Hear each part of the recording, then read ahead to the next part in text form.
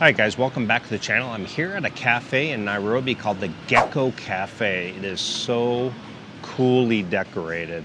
You can just kind of get a little bit of a hint. I'm on the rooftop.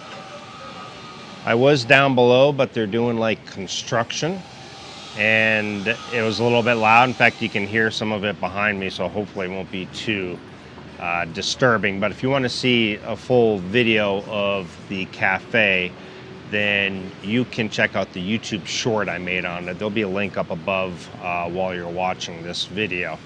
But today I want to talk about why I will no longer film relationships and why I'm going to choose privacy over views. Now, a lot of you are going to say, well, Gio, you've had your last two serious relationships in the Philippines on camera. And yes, I have. And again, sometimes it takes people a few mistakes to realize that's not a good idea. And so for me, it took me a few hard knocks, but I'm going to jump into it. And about the whole guys who just go crazy over female vloggers and I guess the simps that it produces. So stick around for today's video. I'm tired of waiting here. Same four walls, same fading year. Got these plans stuck in my head. Southeast Asia calling me instead. Bangkok nights and Bali shores. Sick of dreaming, want something more. Pack your bags, don't hesitate. Gio, let's go before it's too late. Time keeps slipping away from us. Keep living life. Alright guys, so this video, it's not going to be about hate. It's not really bitterness either. And it's not an attack on women or the creators, you know, the female vloggers. It's more about boundaries. Something that I didn't always have, but I absolutely do now. You know, it's taken time for me to figure things out as I go in life. Sometimes you have to have a few hard lessons along the way. Sometimes, you know, people, it takes one, sometimes it takes two. Me, it took a couple of times. But, you know, after years of traveling, filming, dating, and living with a camera in my hand, I've come to two clear decisions. I no longer include any women I'm dating in video, and I choose to keep my relationships private. And in today's video, I'm going to explain why. So the number one thing for me is everything becomes content. When a camera becomes part of your daily life, nothing stays private for long.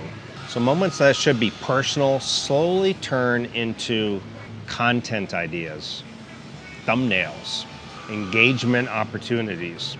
And even with good intentions, the camera eventually enters the relationship.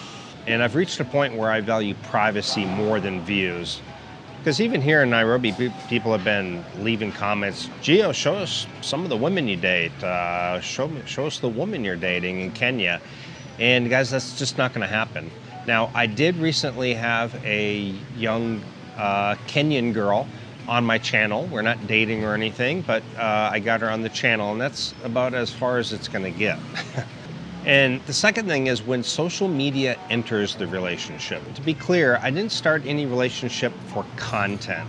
In fact, my two long-term relationships in the Philippines, it never started off as them being in the videos. I was still doing my own thing, and they weren't vloggers either. They were just regular girls. And what happened is they saw, well, listen, he can do it. It's easy work. I can make some money out of this. And, oh, you got Gio to promote me. So they entered vlogging after the relationship started. So in some cases, the social media entered the relationship later. And, you know, at first it seems harmless. Oh, they're doing a few videos. Oh, they got 100 views on it. But once the audience enters the relationship, the dynamics change.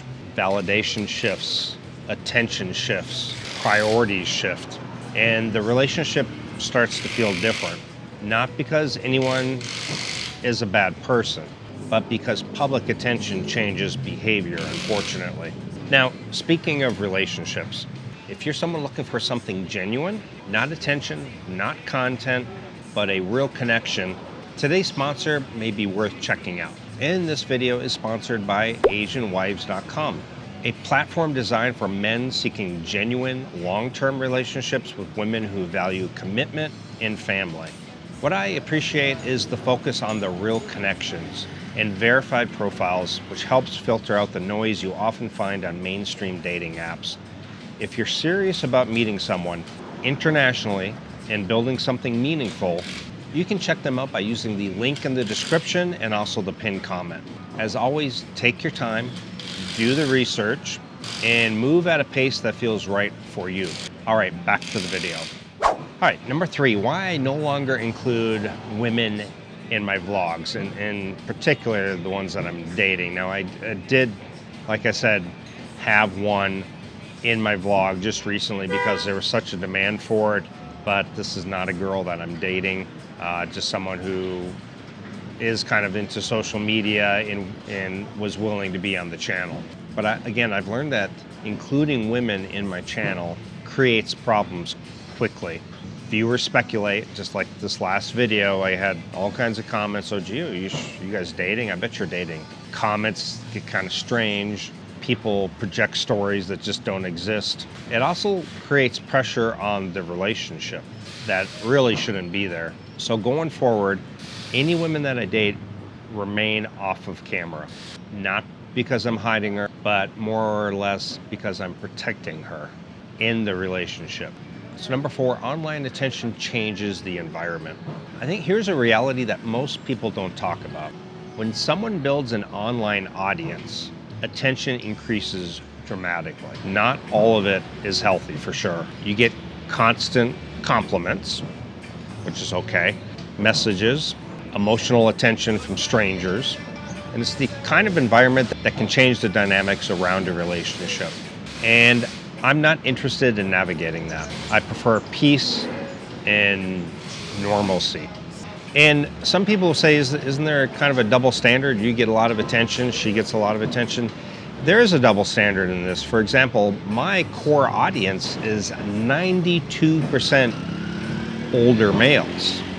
Now, for example, if Filipina grows an audience and becomes popular, her audience is also 92% male. So yeah, there is a double standard, because it would be different if I was getting like 92% females watching my channel and she was getting 92% male. Then the playing field would be a little bit more equal. Number 5 would be career and algorithm pressure. Content creation runs on consistency and attention. Upload schedules, they don't care about emotional availability. The algorithm doesn't care about relationship stability.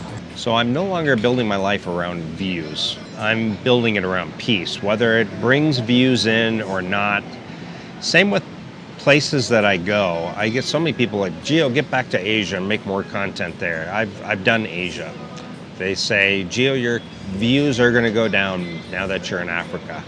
I'm not worried so much about the views anymore. I am going to live my life the way I want to live my life. I bring people along for the journey. If they like where I go, fantastic. I may lose some subscribers, but I also gain subscribers. So when I came to Kenya, for example, I had like a boom, a big drop off. But then I had like a big boom as far as gaining new subscribers. So, you know, you lose some and you gain some. And the growth is still steady, and that's really all that it comes down to at the end of the day. But I can't build my channel around what every single person wants. It's just not realistic. So number 6 is narrative control and privacy. And when cameras enter into a relationship, narrative control becomes complicated. Who decides what gets shared? Who decides what to vlog? Like, for example, if I was dating somebody and she's a vlogger and we both come here at this cool place, we're both like saying, well, I want to film this. I want to put this on my channel. And then if only one person, the other person's like, well, I wanted it. And then if you both put it out, then you're both like competing against the same audience to show this place, this exact same place that you just both visited together. So it becomes kind of ridiculous. And, well, who edits the footage? I always edited my own footage, and any girl I was dating that was vlogging would edit her own footage. Who tells the story if things go wrong? You can see in my last relationship, we did a video at the end together. which she said I wanted on my channel, which is fine. I really didn't want it on my channel anyway. But privacy protects dignity. And dignity, in my opinion, matters more than content. And number 7, performative happiness is exhausting. Social media rewards positivity, even when it's forced. Smiling sometimes through stress, editing out tension, and pretending everything is fine for the audience. Sometimes you have a bad day, but you need a video, you know, you force one out. And real relationships need real conversations, not on camera versions of them. And here's the thing I was kind of alluding to a little bit a few minutes ago, and that is public breakups and internet drama. And I've seen it in so many channels. When a public relationship ends, no matter how small I am, it doesn't matter if I have 2,000 subscribers, it's still out there in the public. And they don't end quietly. They become speculation, comment wars. You get this division of viewers who go off to her channel, some go off to my channel, stop watching hers, and vice versa. Audience opinions, storytime videos. I had so many videos made about me and my ex when we broke up. I ended up going through and getting rid of being able to get some copyright strikes on some of those channels and getting rid of them.